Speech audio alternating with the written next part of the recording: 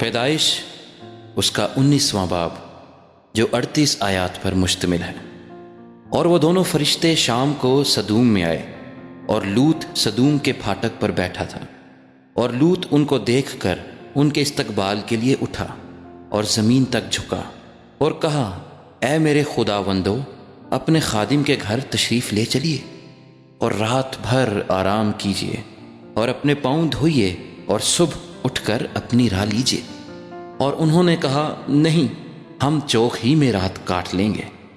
لیکن جب وہ بہت بجد ہوا تو وہ اس کے ساتھ چل کر اس کے گھر میں آئے، اور اس نے ان کے لیے ضیافت تیار کی اور بے خمیری روٹی پکائی، اور انہوں نے کھایا۔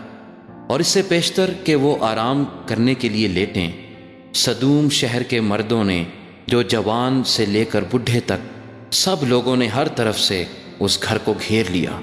اور انہوں نے لوط کو پکار کر اس سے کہا کہ وہ مرد جو آج رات تیرے ہاں آئے کہاں ہیں؟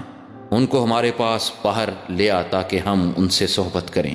تب لوط نکل کر ان کے پاس دروازے پر گیا اور اپنے پیچھے کواڑ بند کر دیا اور کہا، کہ بھائیو، ایسی بدی تو نہ کرو۔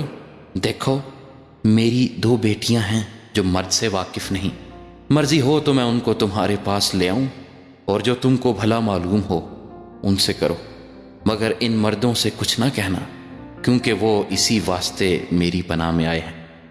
انہوں نے کہا، یہاں سے ہٹ جا۔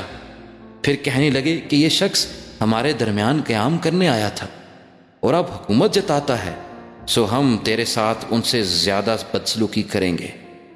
تب وہ اس مرد یعنی لوط پر پل پڑے اور نزدیک آئے تاکہ کواڑ توڑ ڈالیں، لیکن ان مردوں نے اپنا ہاتھ بڑھا کر لوط کو اپنے پاس گھر میں کھینچ لیا اور دروازہ بند کر دیا۔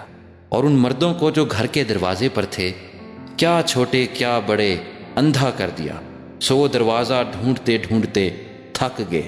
تب ان مردوں نے لوط سے کہا، کیا یہاں تیرا اور کوئی ہے؟ داماد اور اپنے بیٹوں اور بیٹیوں اور جو کوئی تیرا اس شہر میں ہو، سب کو اس مقام سے باہر نکال لے جا، کیونکہ ہم اس مقام کو نیست کریں گے، اس لیے کہ ان کا شور خداوند کے حضور بہت بلند ہوا ہے، اور خداوند نے اسے نیست کرنے کو ہمیں بھیجا ہے۔ تب لوط نے باہر جا کر اپنے دامادوں سے، جنہوں نے اس کی بیٹیاں بیاہی تھیں، باتیں کیں اور کہا کہ اٹھو اور اس مقام سے نکلو، کیونکہ خداوند اس شہر کو نیست کرے گا۔ لیکن وہ اپنے دامادوں کی نظر میں مضحک سا معلوم ہوا۔ جب صبح ہوئی تو فرشتوں نے لوط سے جلدی کرائی اور کہا کہ اٹھ، اپنی بیوی اور اپنی دونوں بیٹیوں کو جو یہاں ہیں لے جا، ایسا نہ ہو کہ تو بھی اس شہر کی بدی میں گرفتار ہو کر ہلاک ہو جائے۔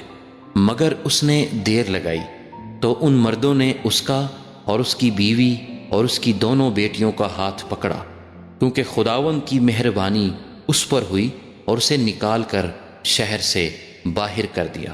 اور یوں ہوا کہ جب وہ ان کو باہر نکال لائے تو اس نے کہا، اپنی جان بچانے کو بھاگ، نہ تو پیچھے مڑ کر دیکھنا، نہ کہیں میدان میں ٹھہرنا، اس پہاڑ کو چلا جا، تا نہ ہو کہ تو ہلاک ہو جائے۔ اور لوط نے ان سے کہا کہ اے میرے خداوند، ایسا نہ کر، دیکھ، تو نے اپنے خادم پر کرم کی نظر کی ہے اور ایسا بڑا فضل کیا کہ میری جان بچائی۔